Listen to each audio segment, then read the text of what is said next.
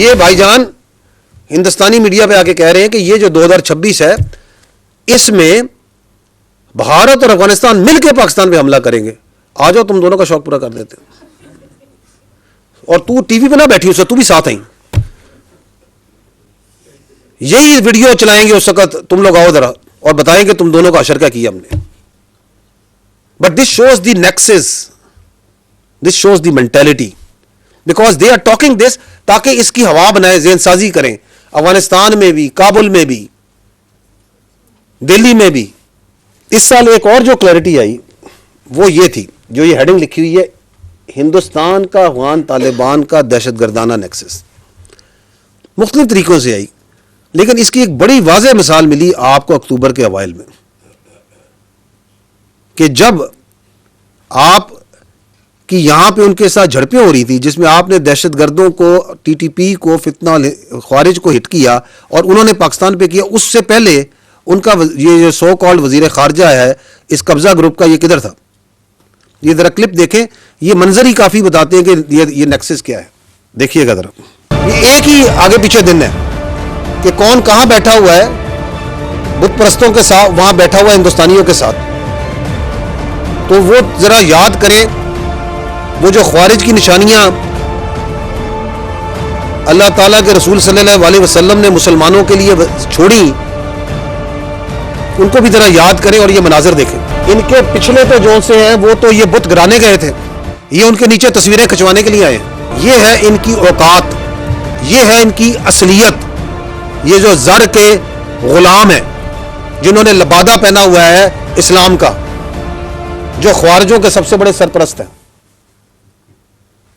جی ایک اور کلیئرٹی جو ہے اسی گٹھ جوڑ کی, جو ہندوستان کی اور افغان طالبان کی ان خوارج کے درمیان جو ہے, وہ ہندوستان کا سوشل میڈیا اور افغانستان کا سوشل میڈیا بھی دے رہا ہے, ان کا میڈیا بھی دے رہا ہے کہ ہم ایسے ہیں, بالکل اکٹھے ہیں.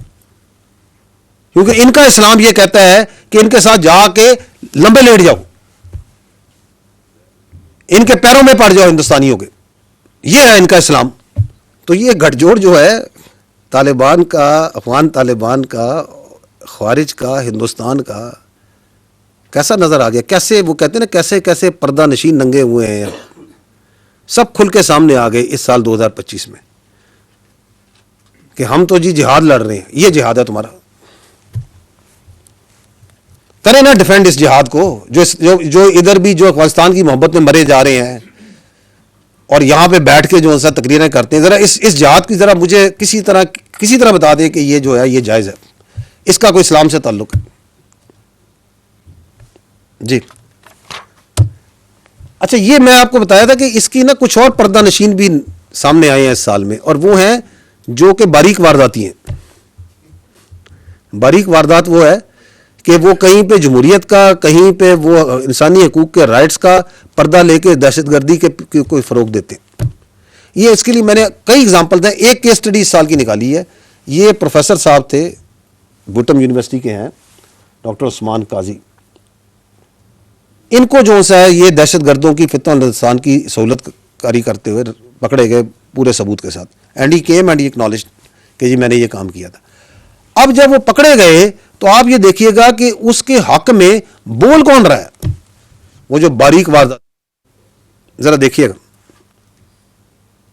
یہ سوسائڈ بمبر ہے جس نے کرائی چلائیں, جس نے سوسائڈ بمبنگ کروائی ٹرین سٹیشن پہ, جس درجنوں لوگ مارے گئے. 18 گریڈ کا لیکچرر تھا اور میری جو اس کے سر پہ خون ہے بچوں کا, سولینس کا, قانون نافذ کرنے والے اداروں کا, کیونکہ اس میں سہولت کاری لی تھی. تو جو پہلا کام ان لوگوں نے بتایا تھا, کوئی ایک ریجنل کمانڈر تھا, وہ آیا تھا, زخمی ہوا تھا لڑائی میں کلات میں, تو علاج کے لیے یہاں آیا تھا, تو اس کو میں نے جگہ دیا تھا, پھر وہ بعد میں چلا گیا تھا. کے بعد یہ بھی ہوا تھا کہ مجھے ڈاکٹر ابتان نے الول کیا تھا, اس نے یہی کہا تھا کہ بندہ ہے اس کو اپنے پاس جگہ دینا ہے.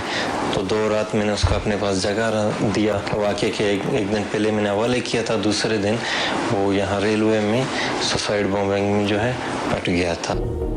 اور اب یہ ملک سے باہر ہندوستان میں اور پاکستان میں بھی کچھ لوگ بیٹھ کے جو اس کی حق میں ٹویٹیں کر رہے ہیں. کون ہے جی؟